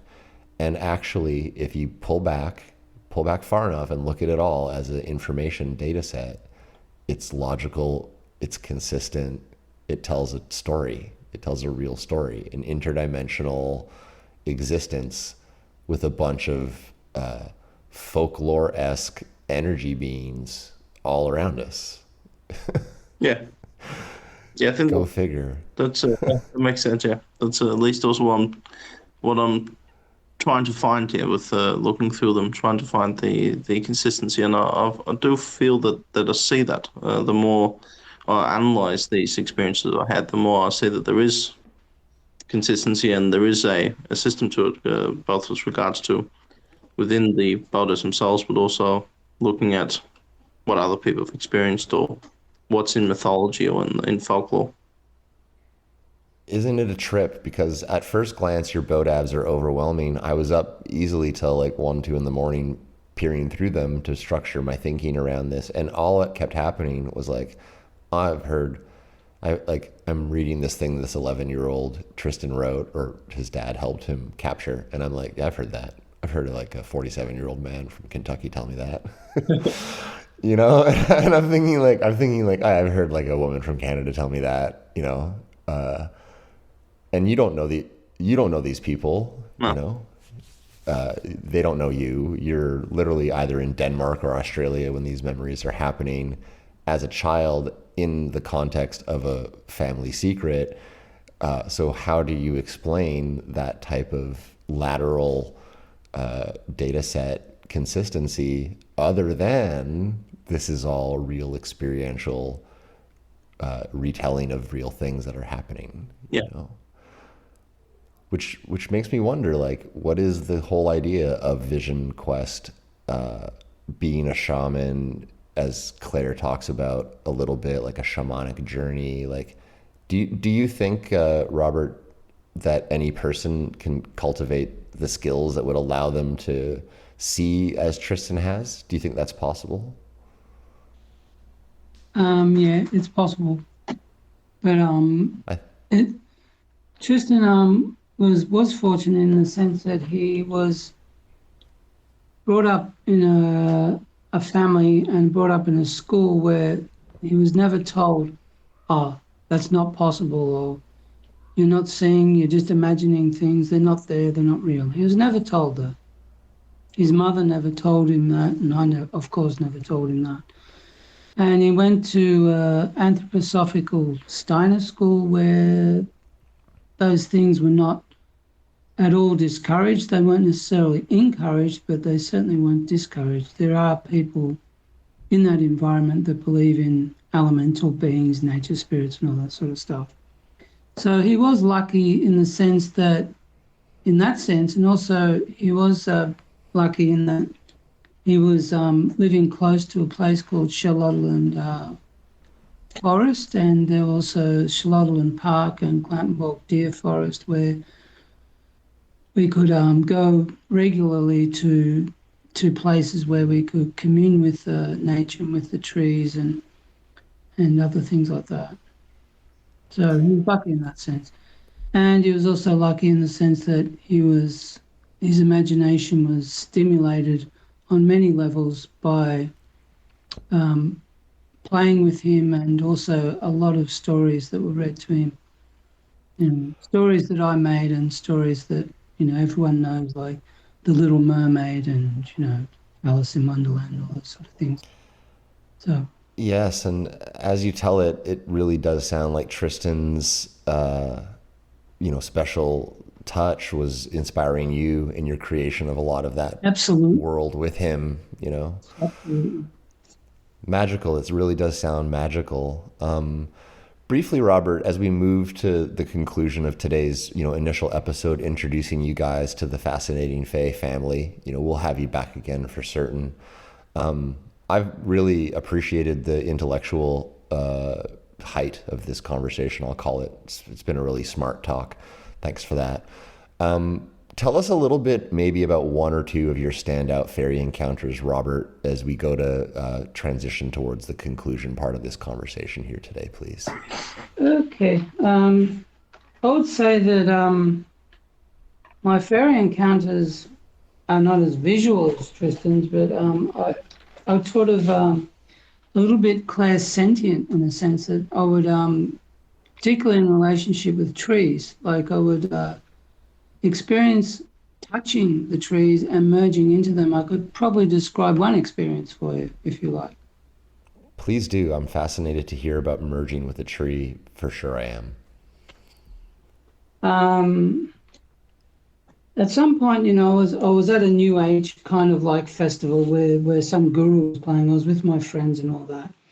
And they had a 3-hour lunch break. And during that lunch break, I had a really incredible experience with an ash tree, where I lay at the tree's roots and listened to the tinkling of 2 large wind chimes attached to the tree. And it was like the wind was blowing, and it was a summer's day and just sort of spacing out. And in my experience, of this ash tree, I was initiated, I felt, by the dryads of the tree, by the music of the chimes and the energy of the tree. So I can actually wrote down my experience briefly, so I can probably read that out. Okay, so I had a wonderful experience of lying on the tree's roots for over an hour, just disappearing into the music of the chimes. At the best times, I could hear the melodies being played, a few notes at a time, and then wonderful crescendos, just as if the wind's fairies were playing on it. It also felt as if the ash tree was a large bed and it was cradling me as I sank deeper and deeper into it. Sometimes I felt so bodiless that it was like I was ascending up through the trunk and playing with the wind in the branches and the music of the chimes. It was totally fantastic, and I was in such a trance that it was as if I was becoming a part of the tree. Then the friends I was with came and kind of brought me back to, the physical plane. But that's one experience I had of the fairies. So, yeah. Beautiful. I talk a little bit in this show about my connection to the forest as well. Yeah. I'll tell you a little bit more now since you've told me this beautiful story about you and trees. Here in Canada, we have some of the largest trees in the world on the west coast where I live. We have some trees that are easily 1,000, 1,200 plus years old, and they get cut down still. There's still some of those trees left, and they're still getting cut down, if you can believe that. But I have had one experience I talk about in my episode with William, where I was going and I saw this gigantic section of a tree, one section of one tree on a full-size logging truck coming out of the forest towards me, which led me to follow logging trucks for the better part of 4 hours, way deep back into the woods where this was taking place, where this ancient sacred forest was being cut down. And I do talk in the episode with William about climbing up onto this gigantic stump that's the size of a parked SUV or more. And the stump is pumping all of this sap up out of the cut. Like it doesn't know that the tree's gone, And it was like an oil slick. It was like standing on half of a tennis court covered in oil slick. That's how big and powerful this tree's hydraulic pumping system was. And after it got cut off, that's what was happening. It was taking all of this moisture and sucrose and just basically like whatever it was storing and sucking up out of the ground and swimming around in itself up out of the ground still, even though the tree was gone. And the distinct feeling of trauma in that area was unmistakable. It was like you had walked in on a room where someone had just been beaten up or something. You know what I mean? It had that feeling and smell and taste of walking into a room with a fight or something. Like, you know what I mean when I say you can feel trauma? And that was the and that was the woods, And as I was up there on that stump, experiencing all that oil slick pumping out, I had a very distinct, similar experience to what you're describing, but in a kind of opposite way. I felt like I did feel the tree stump was sad. It just was sadness on an overwhelming, it was like, what, why, how, what, oh my God, no, why? It was like, and I was feeling that not just interpretively through my eyes and ears, processing this into an emotion. This was like I was feeling the stump say that to me, do that to me. I don't know how else to really put it. That's how it was. Yes, yeah. It's horrible to some of the things that happen to trees. Old ancient trees like that is terrible. I've been in prison for protesting that logging, and a number of times I've done direct and indirect action against that taking place.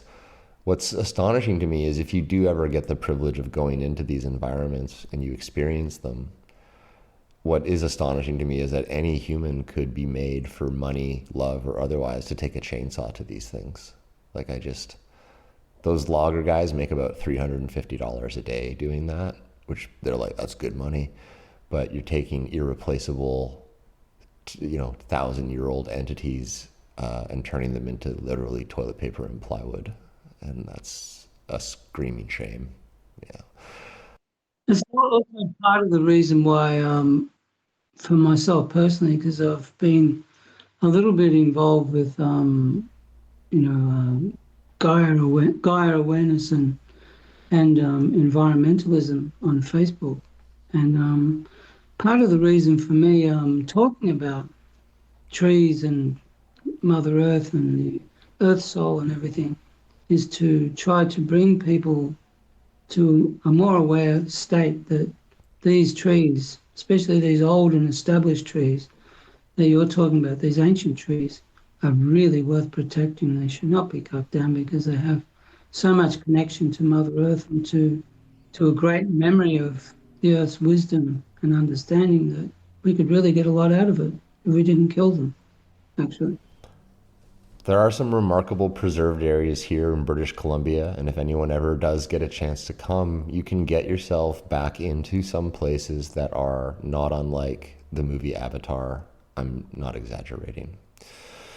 They feel and look exactly like that. I have been amongst, like I'm standing and I'm just in cathedral of 1,000-year-old trees with stump bases bigger than like 2 SUVs parked side by side, with trees that go up so high you can't see the top of them and the bottom of them at the same time. They're just way too big. Like it's like trying to perceive an entire high rise at once. You just can't do it, So they do exist, and it boggles the mind to think that less than 300 years ago, most of Earth was covered in more or less that same type of pristine nature, and that in such a short time, the transition away from pure magic to what we live in has occurred. That's why I do ask that question about old soul, because I feel sometimes like there's a memory in at least our DNA, if not our memory from past lives. There's a memory in us of what used to be. I'm sure of that. That's for sure. So Yeah, I think that's what is what called Tristan into the forest when he was a child, and what has called me into the forest quite a few occasions as well, is this memory that you want to come in contact with something primordial.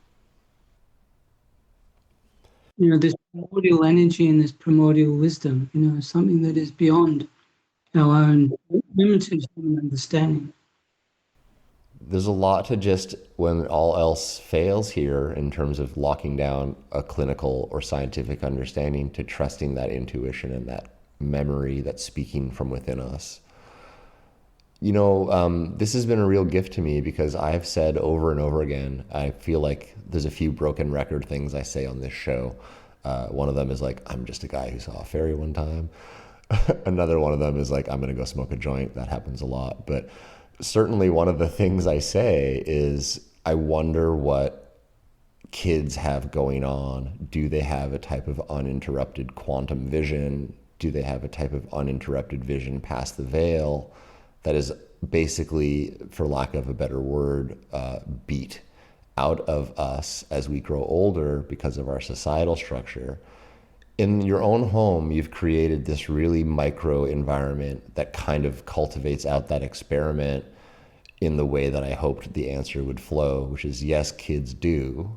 And if it was treated as the gift it is, that kids can see this clearly and looked to, like, from the mouth of babes, as the saying goes, pulling that knowledge and keeping it intact rather than shoving it away from us all. The kids are maybe right now where to look if we're trying to recover this realm. I really do think that.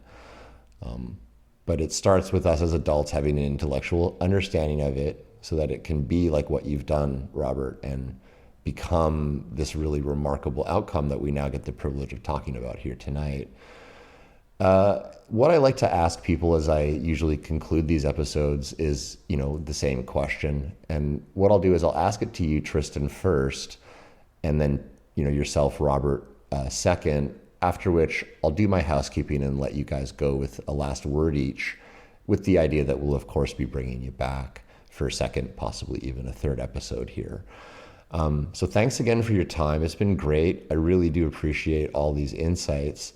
Let's kind of put a cap on these insights with this question. So, Tristan, having had all of this visionary experience, dream experience, waking look at this realm and these entities and everything, that you've had the benefit of in analysis after the fact, all of that considered, and with the idea that there's definitely not a right answer or a wrong answer here, I would like to ask you, what do you think that fairies are?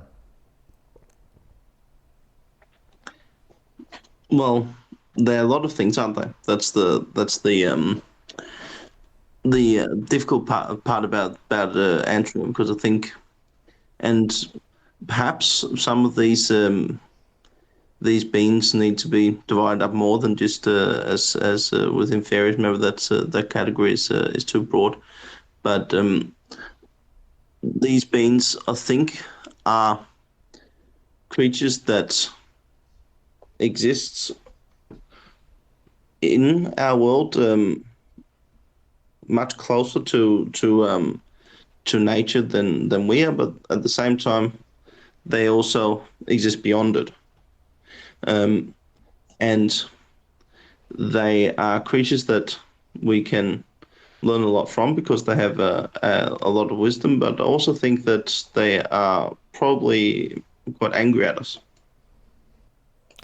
Fair answer. Really fair answer. I think they're kind of angry at us too. And I was angry at myself for a long time. Sometimes I definitely still am. When I finally stopped all that was when I saw my fairy. And I think, and I've said a lot, that I was in a giant art boat, having the best time of my life with a woman I loved, celebrating tons of hard work and good luck and success. And that's when I saw a fairy. And it felt like the fairy was both totally intrigued to see two humans doing this, aka like back as humans should be, with just shining their bright light. The fairy, I really felt Petunia when she came into that boat was like, what's this now? Who are these two in an art boat, drinking a bottle of mead, laughing their faces off on a moonlit night at solstice? But at the same time, that curiosity was paired with, I felt like she was proud of us because, I was doing animal rights activism. I've been at that point really leaning into plant medicine and my love of all things natural. And I do feel there was a mutual curiosity at our high vibration, but like you're saying, like that experience has gone on to teach me so much, I would say, knowledge that I never thought I would ever possess. And so you're right. They're angry at us, but I think if we can fix why they're angry at us, what I am talking about having experienced and what the innocence of babes allows Tristan to experience in part, I'm not just ruling it all down to that. There's a lot more going on with you than just that, Tristan. But, those innocent moments that exist naturally in young people can be a way you get yourself back to through meditation, through intentional practice. Robert, you put on display through mindfulness and intention. And all of that can bring about not just fairies in your own life, I believe, but fairies for everybody. But they are mad at us right now, and we deserve that. We should fix ourselves up. I also think there's probably a divergence in opinion within their realm. As regards to a lot of people, some of them are probably more mad at us than others. Some are probably more willing to forgive than others.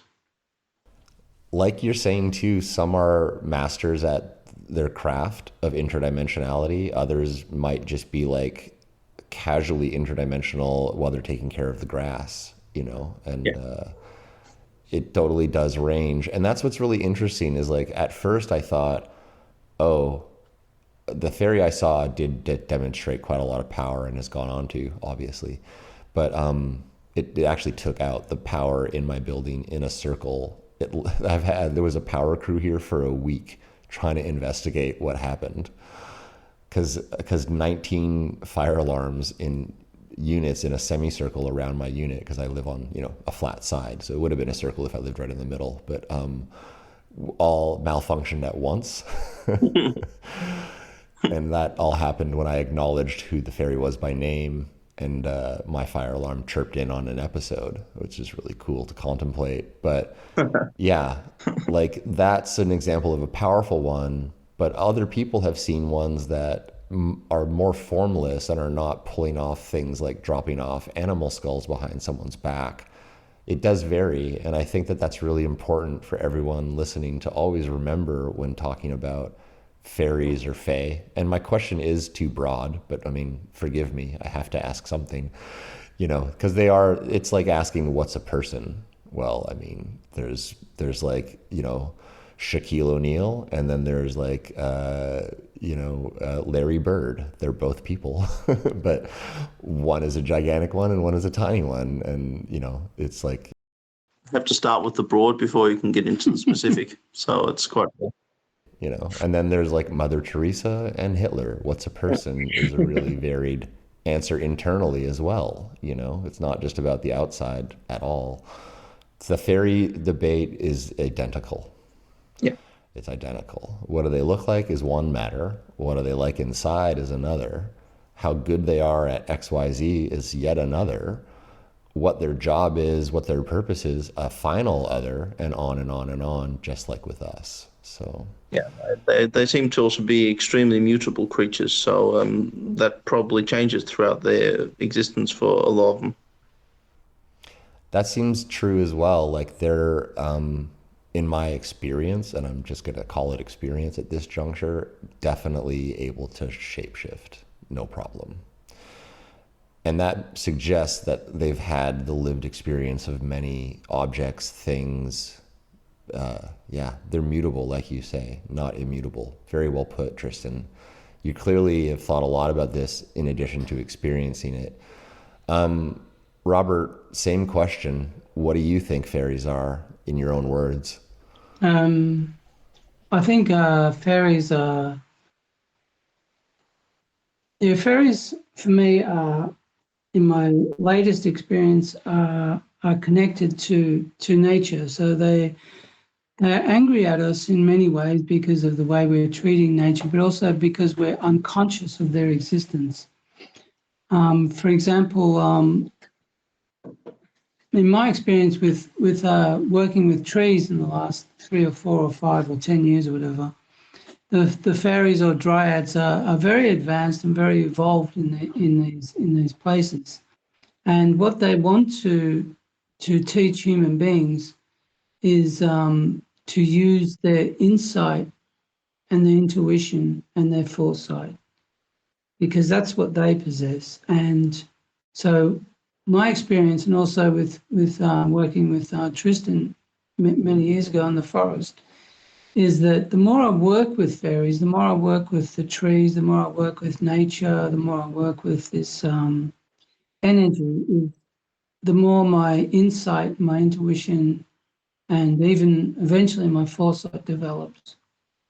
Otherwise, I'm pretty much stupid, actually. I just think I just walk around in a fog. But then when I experience these places, I go to these places, I try to tune in as much as possible, then I get deeper insights about what the world is and what these beings are and what the earth is, actually. So I see the trees and the dryads and the fairies that live in them as guardians of Gaia's wisdom. That's my experience.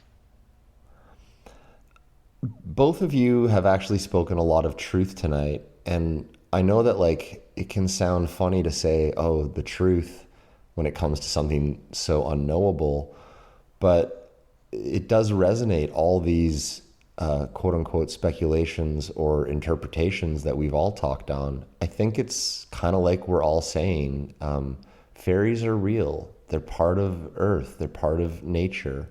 They're kind of tricky to understand, but that doesn't make them not real. And we should all really be excited, fascinated, sorry to toss my own show word in there, but excited, fascinated, blessed, however you want to call it, to be living in a world that does contain that. That's way more cool than to live in a world that doesn't, right? So yes, that's exactly. It's not just fancy thinking either. Look at things objectively. There's a lot more going on to everything. My buddy DK, whose music I use at the end of this show, he was famous for saying everything is magic in a way.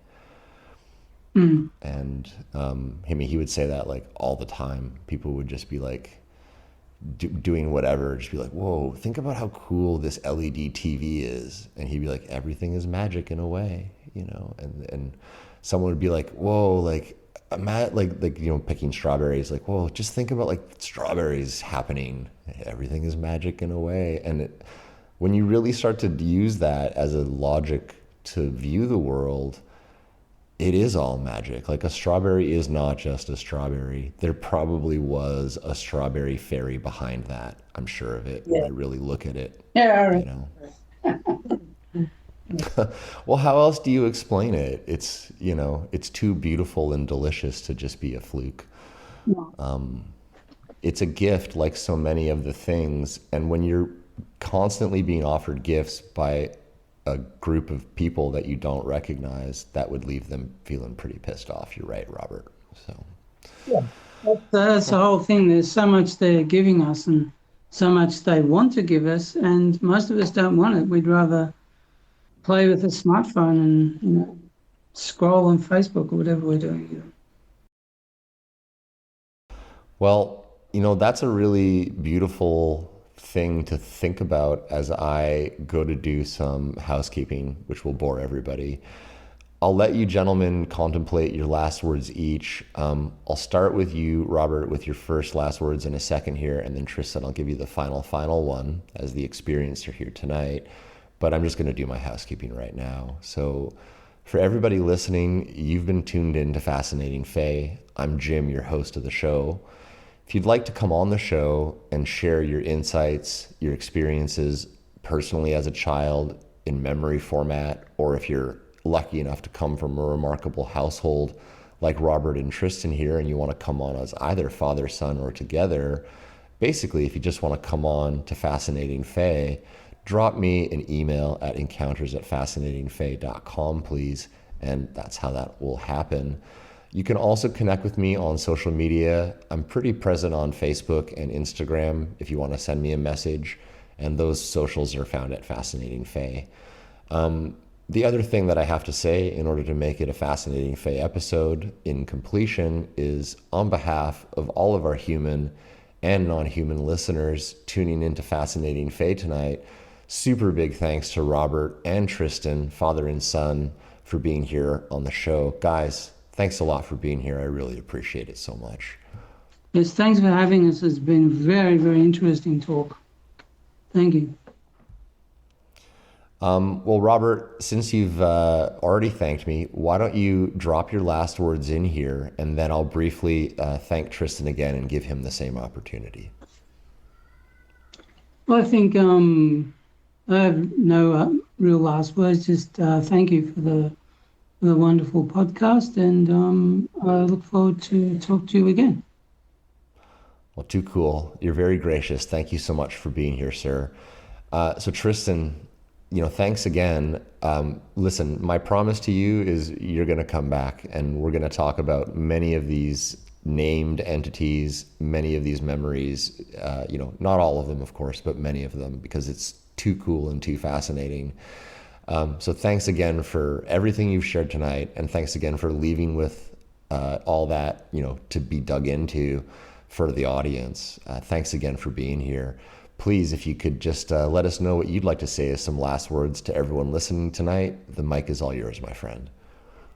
Oh, I'd also like to say thank you. I think I have this interview has helped me get some things a lot clearer for me, and also left me with a few questions, of course. I think the main thing I'm really thinking about is how will these books be used? What will people get out of them? That's I guess not a last word, but a final using. That's something I'm curious about.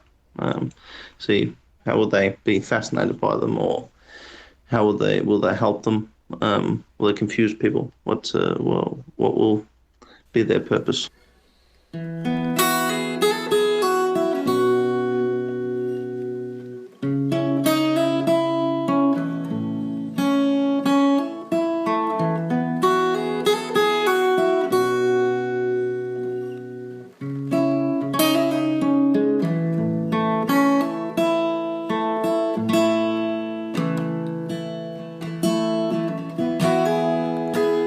Raise the mast and sail away into the open grey.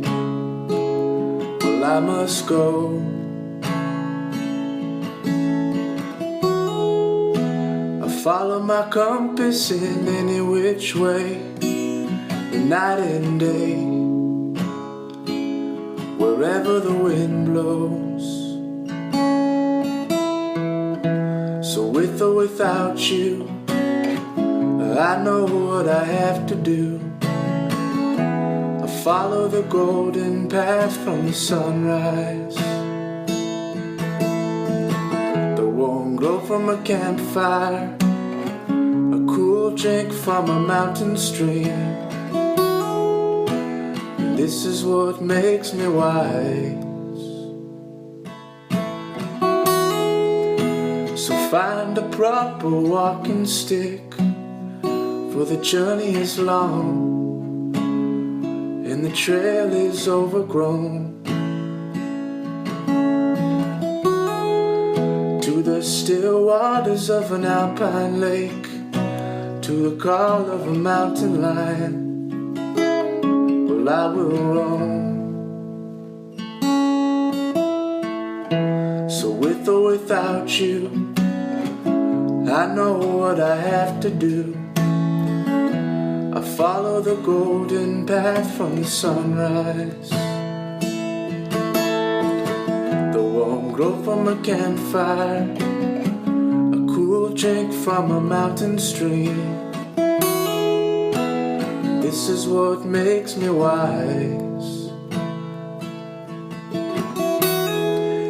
In the dawn before the salmon spawn, I drop my fishing line into the sea.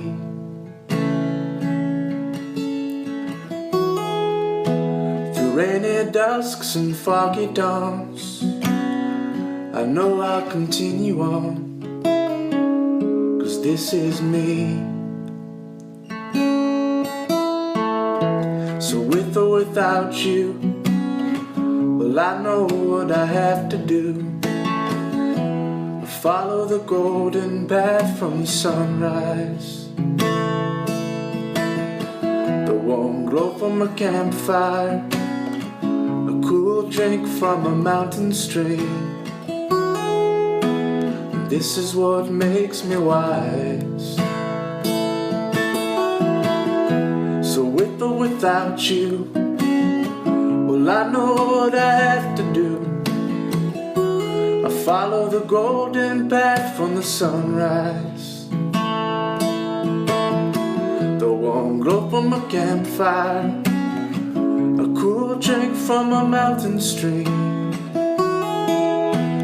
This is what makes me wise.